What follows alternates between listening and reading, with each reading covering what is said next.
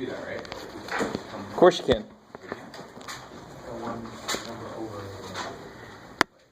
Yeah, because Trenton, you can't. So 0 divided by 3, for example, would be the number I multiply by 3 to get 0. That's what that means. And of course, that's 0. So really, if I have nothing, how do I give it distributed amongst 3 people? They each get nothing. Right? I got 3 people that I owe money to. I ain't got no money. They ain't getting no money from me.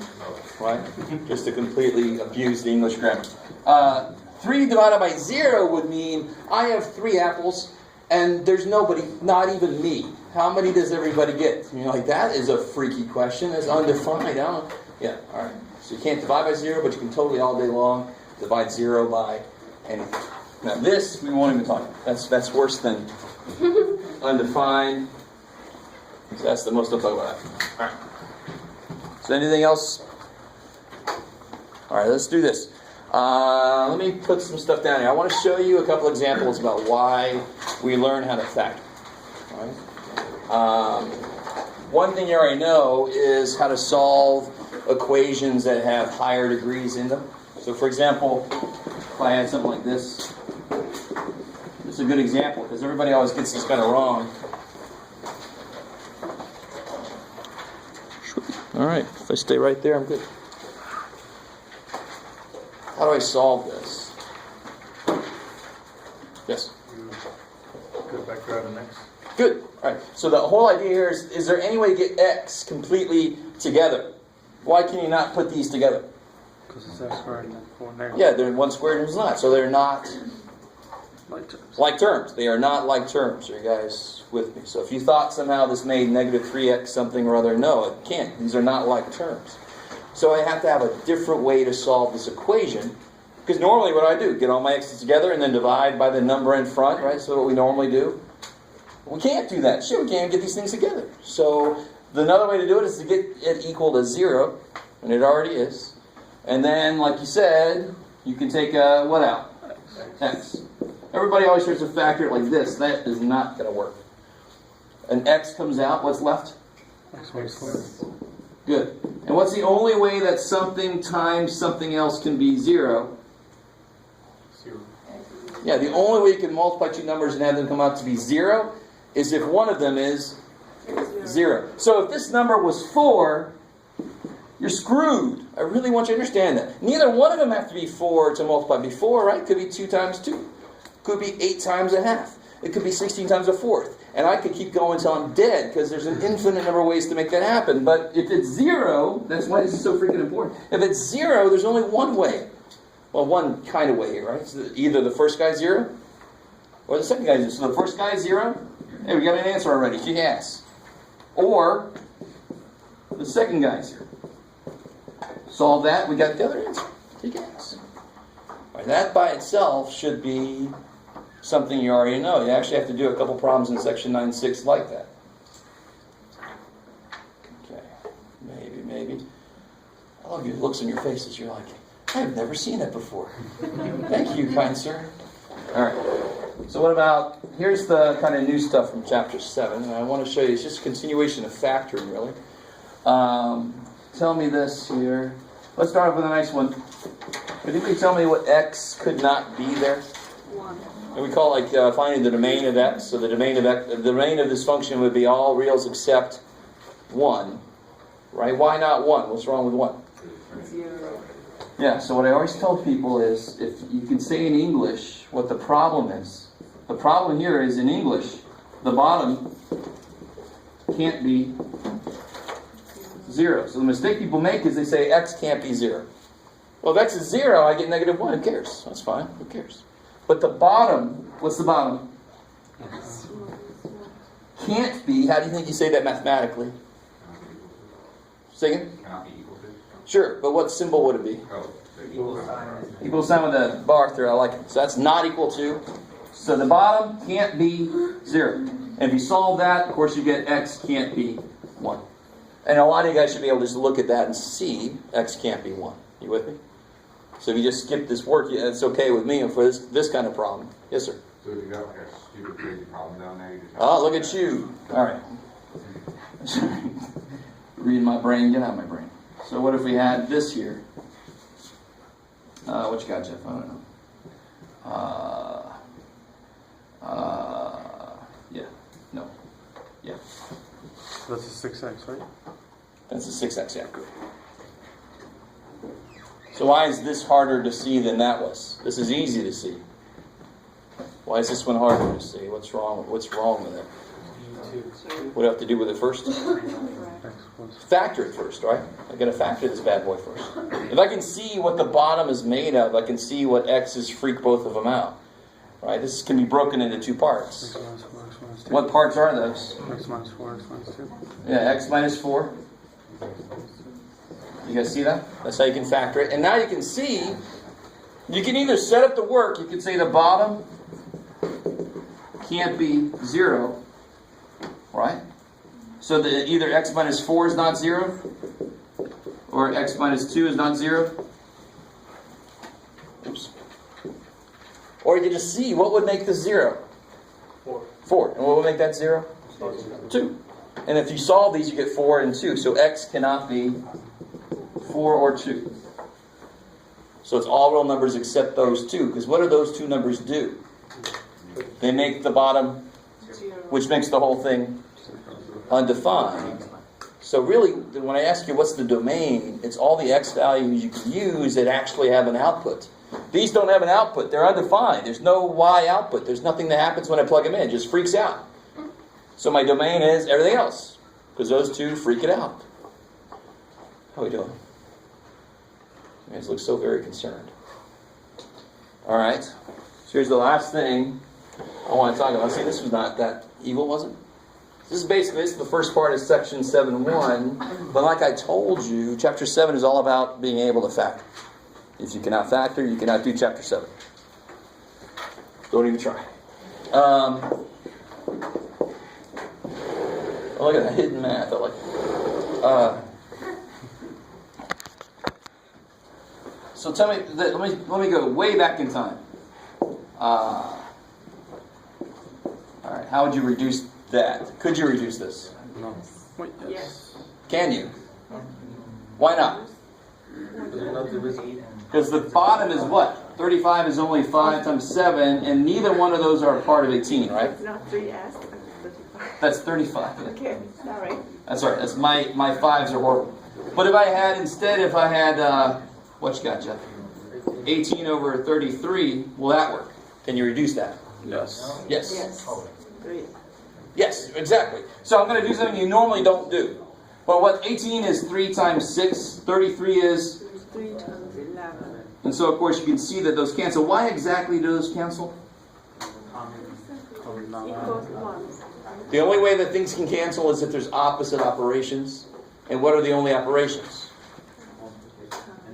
There you go. So they're opposite operations, so they cancel. So if I had 3 plus 6 over 3 times 11, there ain't no way in hell those can go away. Even though, as a human, I want them to, because then there'd be less shit for me to look at, right? But you desperately have to stop yourself, because this is addition. Division cannot cancel addition, right? All right, how are we doing so far? All right, so here's the variable version of this. Right, so we're going to have these fractions that are made up of variable numerators and denominators, something like this.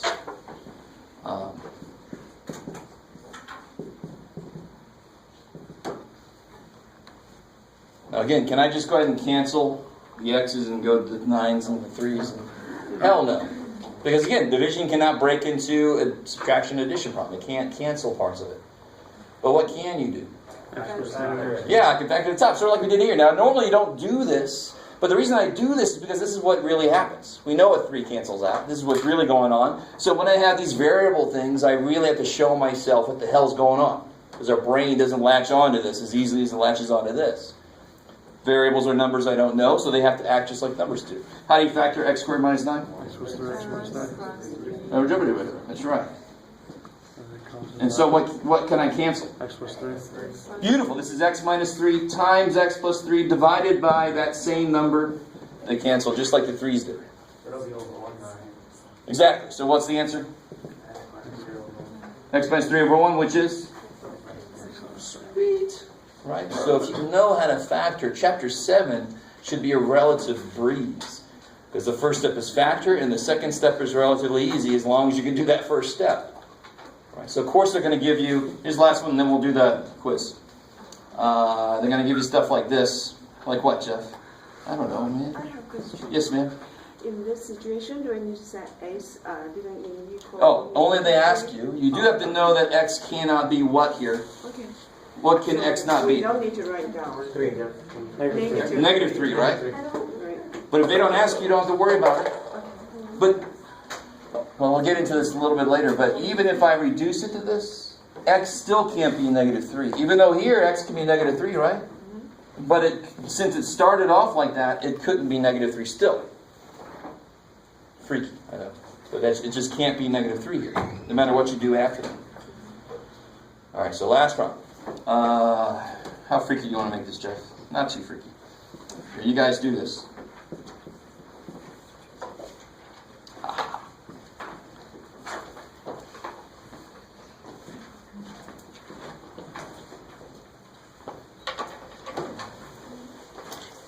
I like it. So reduce that, and then we're going to take the quiz. Good time.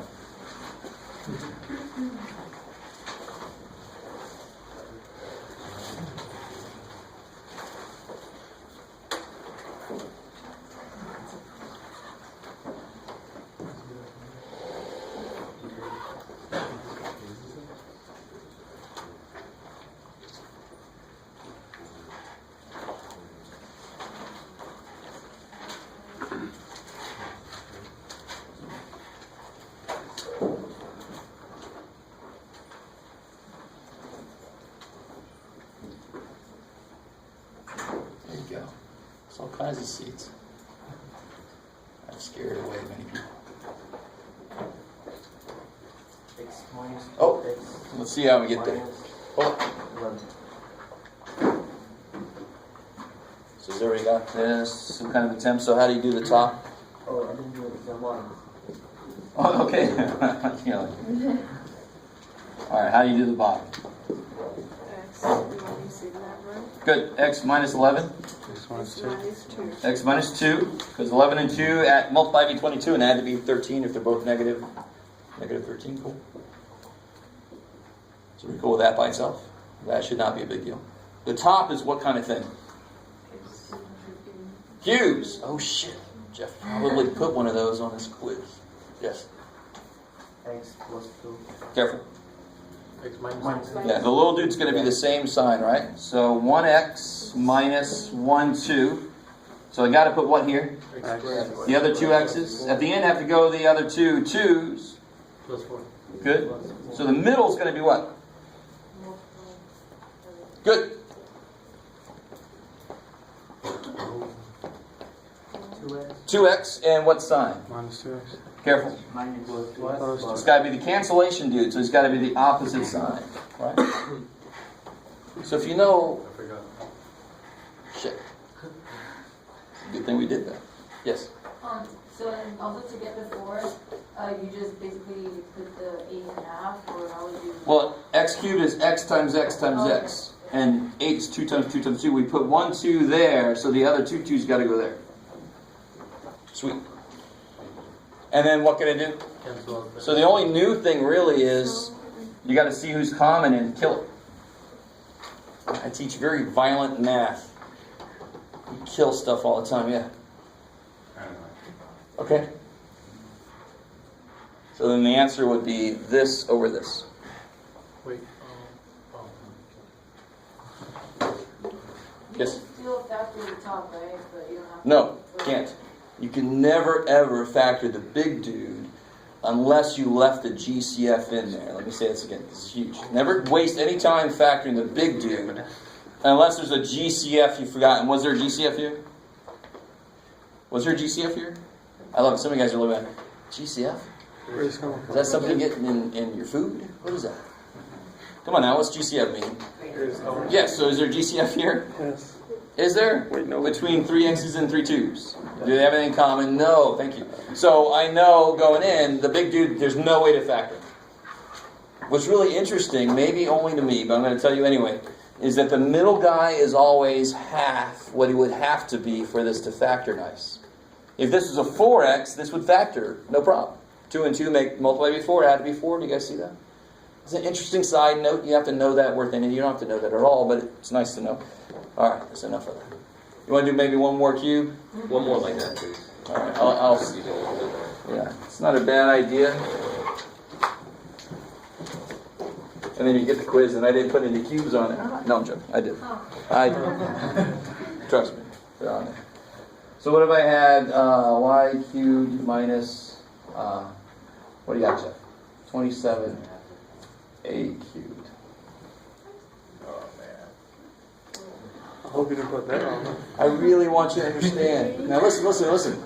Once you understand the process of cubes, I don't care how much shit I throw on top of it. I really don't. In fact, because you did that, here, W6, Z9. There you go. Oh, yeah. Now watch. How many terms are there? 2. Good. There's only one minus sign, so there's 1 and 2 terms.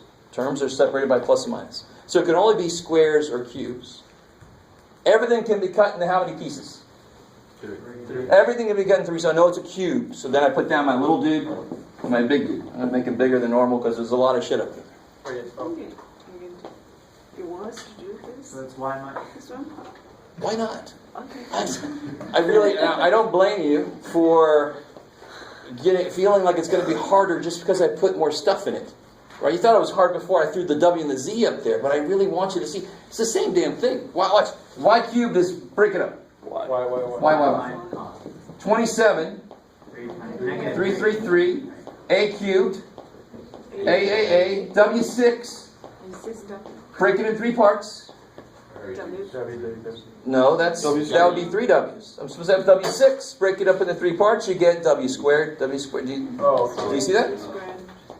And then Z9, break it up into 3 parts. Z3, Z3. Yeah, so I get 3A W squared Z cubed, 3A W squared Z cubed, 3A W squared Z cubed. It's not hard, it's just a little bit more to write. Which, of course, it's hard to read what I just wrote. That's too bad. But y'all were with me when we were talking about it. Now watch. So again, it's the same thing we just did. What am I going to put in the little dude? A Y minus one of these. How hard was it to come up with this? Not really, now that you see that it's 6 powers. Not the big. How do you break it up into 3 parts? 2, 2, 2. Break 9 up into 3 parts. 3, 3, 3. Right? Is that difficult? No. Just a few more things to write on the end. Same idea though, 1 of each. Now what goes here? Y squared. Y squared. Now let's see, this is probably the hardest part. You can add those, right? You just got to multiply these. What do you get? Is it 9 W A times A? squared? W squared, W squared? 4 and 4. Z cubed, Z cubed? 6. Right? Nothing different than what we did earlier. Nothing. I just have more stuff, but I don't care. I'm doing the exact same thing I did earlier. And that's the thing about math. The more you're able to realize that, the easier math is. That the problem, I had more parts to it or something, but it's the same damn problem as this other one that I thought was easier. But I do the exact same thing. I just maybe have to write a little bit more. Ooh, it doesn't make it harder. And then what's the middle term going to be? Sine is going to be what? Plus. That times that.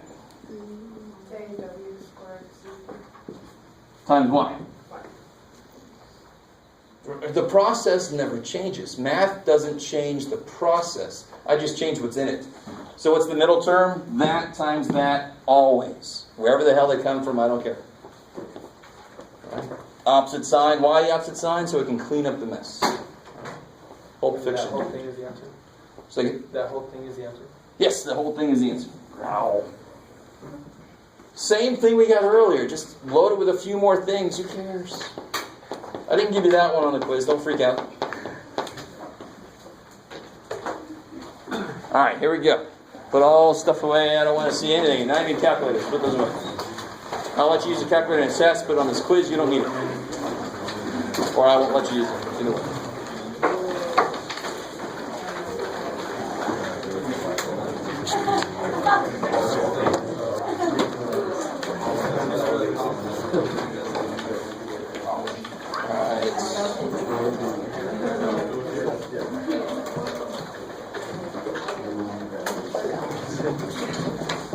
When you're done with the quiz, you can head out.